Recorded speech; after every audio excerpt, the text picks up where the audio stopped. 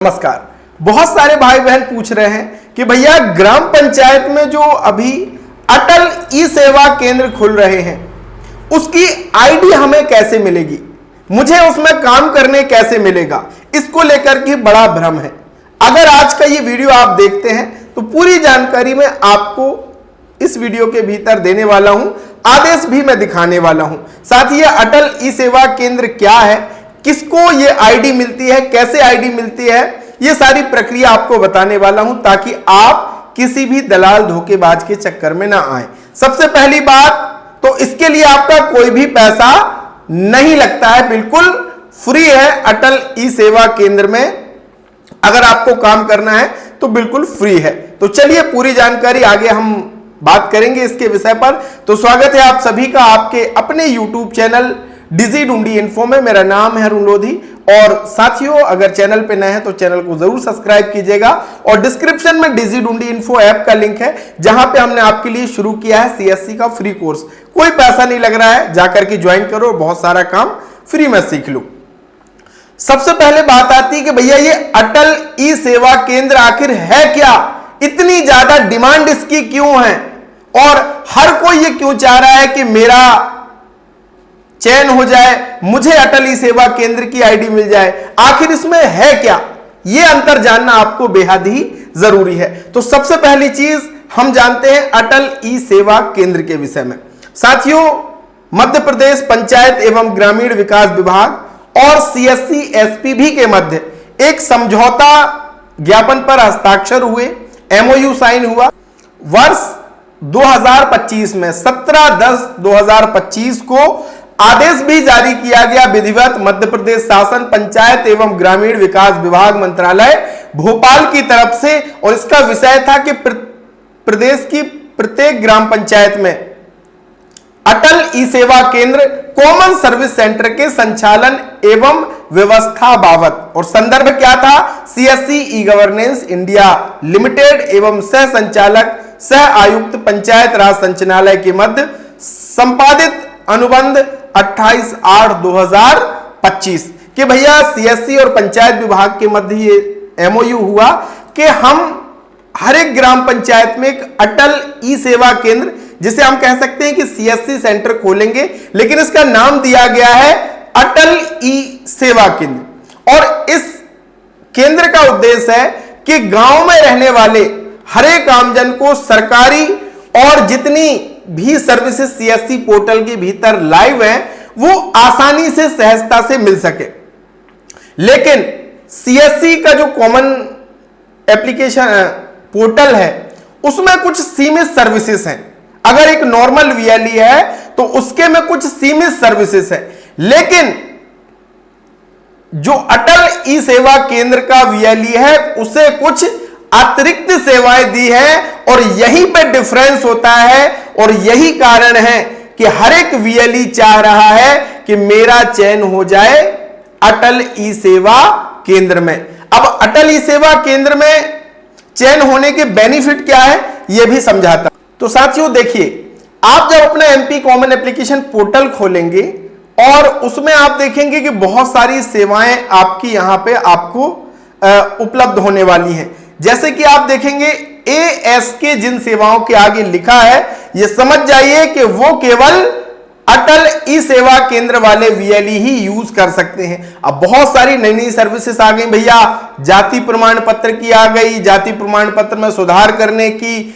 EWS certificate बनाने की, manual से डिजिटल बनाने की, लेबर कार्ड बनाने की, यानी 110 से अधिक सर्विसेज इस पोर्टल पर अतिरिक्त लाइव हो गई हैं। हमारे नॉर्मल VLEs इन सर्विसेज में काम नहीं कर सकते। जिन सर्विसेज के आगे ASK लिखा है उसमें केवल कौन काम कर सकता है, अटल ई सेवा केंद्र में चयनित VLE ही काम कर सकता है। लेकिन एक चीज विशेष ध्यान रखिए कि चाहे आप सामान्य VLE हो या फिर आपका चयन हो गया हो अटल ई सेवा केंद्र में, तो आपको इस पोर्टल की अगर कोई भी सर्विस का उपयोग करना है, कोई आवेदन जमा करना है, तो सबसे पहले आपके पास होना चाहिए क्लास 3 का ये डिजिटल सिग्नेचर सर्टिफिकेट, जिसे हम DSC कहते हैं। अगर ये आपके पास नहीं है तो आपका चयन भी हो गया है, फिर भी आप आवेदन सबमिट नहीं कर पाओगे। तो अगर आपका ये DSC नहीं बना है तो आपको परेशान होने की जरूरत नहीं है, कहीं जाने की जरूरत नहीं है। हम आपको घर बैठे सबसे कम पैसे में डिजिटल सिग्नेचर बना के देते हैं, और केवल बनाते ही नहीं, आपके कंप्यूटर में हम सारा सेटअप भी करते हैं, जावा पूरी सेटिंग करते हैं, कंप्रेस सॉफ्टवेयर सेट करके देते हैं, ताकि आपको काम करने में कोई भी समस्या ना हो। बहुत सारे ऐसे वीएलईज भी होंगे जिनके पास ये टोकन तो है लेकिन उसकी वैधता समाप्त हो गई, तो भी और अच्छा है, हम 5 मिनट के अंदर ये आपका रिन्यूअल करके दे देंगे। ये मेरा व्हाट्सएप नंबर आप देख रहे हो, इसमें आप मुझे डीएससी लिख करके मैसेज कर देना। डिस्क्रिप्शन में मेरे व्हाट्सएप चैट का लिंक भी दिया हुआ है। तो ये डीएससी होना बहुत ही जरूरी है। दूसरा बड़ा फायदा क्या है अटल ई सेवा केंद्र का, कि भैया आपको पंचायत में बैठने का मौका मिलेगा। यानी पंचायत में आपको कोई किराया तो लगना नहीं। अगर आपकी प्राइवेट जगह पे दुकान है तो भैया वहां से आपका शिफ्ट हो जाएगा कहां, पंचायत कार्यालय में, आपका किराया बचने लग जाएगा। बिजली आप पंचायत की यूज कर सकते हैं, इंटरनेट आप पंचायत का यूज कर सकते हैं। और इतना ही नहीं, अगर पंचायत के पास अतिरिक्त काम है, कोई डेटा एंट्री का या कोई अन्य सर्वे का काम आपसे वो कराती है, तो आदेश में ये स्पष्ट लिखा है कि पंचायत विभाग या पंचायत शासन के निर्देशानुसार या जो भी तय मानदेय है वो आपको दे सकता है, आपके काम जो आपने किया उसका भुगतान वो कर सकता है। यानी अवसर है कि आपको अतिरिक्त काम, डेटा एंट्री या कोई सर्वे के काम भी दिए जा सकते हैं। क्योंकि देखिए बहुत सारे काम होते हैं ग्राम रोजगार सहायक के लिए, सचिव महोदय के लिए, तो अगर कोई ऐसा काम में आपका उपयोग भी किया जा सकता है कि भैया ये सर्वे आया है तो वीएलई का इसमें उपयोग किया जा सकता है। तो इसमें अटल ई सेवा केंद्र वाले वीएलई का सहयोग लिया जा सकता है, तो यह भी अतिरिक्त फायदा है। और यही कारण है कि हर एक सीएससी वीएलई चाहता है कि मुझे अटल ई सेवा केंद्र की आईडी मिल जाए। अब ये मिलती कैसे है ये समझ लीजिए साथियों। इसके लिए कोई अलग से आपको आवेदन करने की आवश्यकता नहीं है, ना ही कोई रजिस्ट्रेशन फीस लगती है, ना कोई आपका पैसा लगता है। अगर आप एक सीएससी वीएलई हो, ग्राम पंचायत क्षेत्र में आप काम करते हो, ग्रामीण क्षेत्र में आप काम करते हो, और आप डिजिटल सेवा पोर्टल के भीतर अच्छा ट्रांजैक्शन करते हो, इसका एक ही मापदंड है ट्रांजैक्शन। यह मायने नहीं रखता है कि आप पुराने वीएलई हो, यह भी मायने नहीं रखता है कि आपका बड़ा सेंटर है, मायने केवल रखता है कि आपके ट्रांजैक्शंस कितने हैं। अगर आप डिजिटल सेवा पोर्टल की हर एक सर्विस पे काम कर रहे हो, डिजी पे हो गया, डिजिटल सेवा पोर्टल से ज्यादा ट्रांजैक्शन कर रहे हो, तो उसी का चयन हुआ है।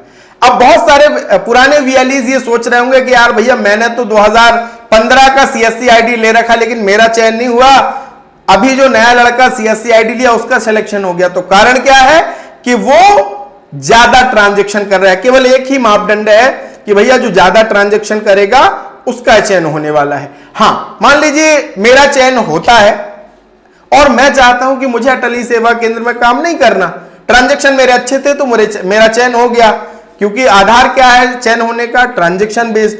और अगर मैं काम नहीं करना चाहता हूं तो फिर मुझे अपने डिस्ट्रिक्ट टीम को लिखित में देना होगा, स्टेट टीम को, कि भैया मेरा चयन अटल ई सेवा केंद्र में हुआ है लेकिन मैं काम करना नहीं चाहता। तो फिर आपके बाद जो भी पंचायत में अच्छे ट्रांजैक्शन करने वाला होगा उसको मौका मिल सकता है। ठीक है, आधार क्या है, केवल ट्रांजैक्शन के आधार पर। और चयन इसमें कौन ले सकता है, वीएलई ही, जो कॉमन सर्विस सेंटर संचालक वीएलई उस पंचायत में, उसका ही चयन होगा। और मापदंड केवल एक ही है कि अच्छे ट्रांजैक्शन वो करता रहे। इसके लिए कोई भी आपका पैसा लगने वाला नहीं है, बिल्कुल फ्री है। तो किसी भी दलाल धोखेबाज से आप बच करके रहिएगा। दूसरी चीज, बहुत सारे भाई बहन क्या कर रहे हैं, अपने सचिव को कह रहे हैं कि मेरा सिलेक्शन करा दो, सरपंच को कह रहे हैं मेरा। भाई सचिव सरपंच महोदय के हाथ में कुछ है ही नहीं, ये सारा जो काम है चयन करने का, नियुक्ति करने का, ये सीएससी एसपीवी के हाथ में है। और सीएससी एसपीवी का एक ही रूल है कि भैया जिसके ज्यादा ट्रांजैक्शन होंगे हम उसी वीएलई को अटल ई सेवा केंद्र के वीएलई के रूप में सिलेक्टेड करेंगे। तो आशा करते हैं कि आपको सारी चीजें अच्छे से समझ आ गई हैं। अगर आपको ये आदेश चाहिए तो मैंने DigiDundi ऐप के भीतर अपलोड कर दिया है, और गवर्नमेंट की वेबसाइट पर भी अपलोड है, जाकर के वहां से भी आप निकाल करके सारी चीजों को पढ़ सकते हैं। तो बहुत बहुत धन्यवाद, थैंक यू सो मच।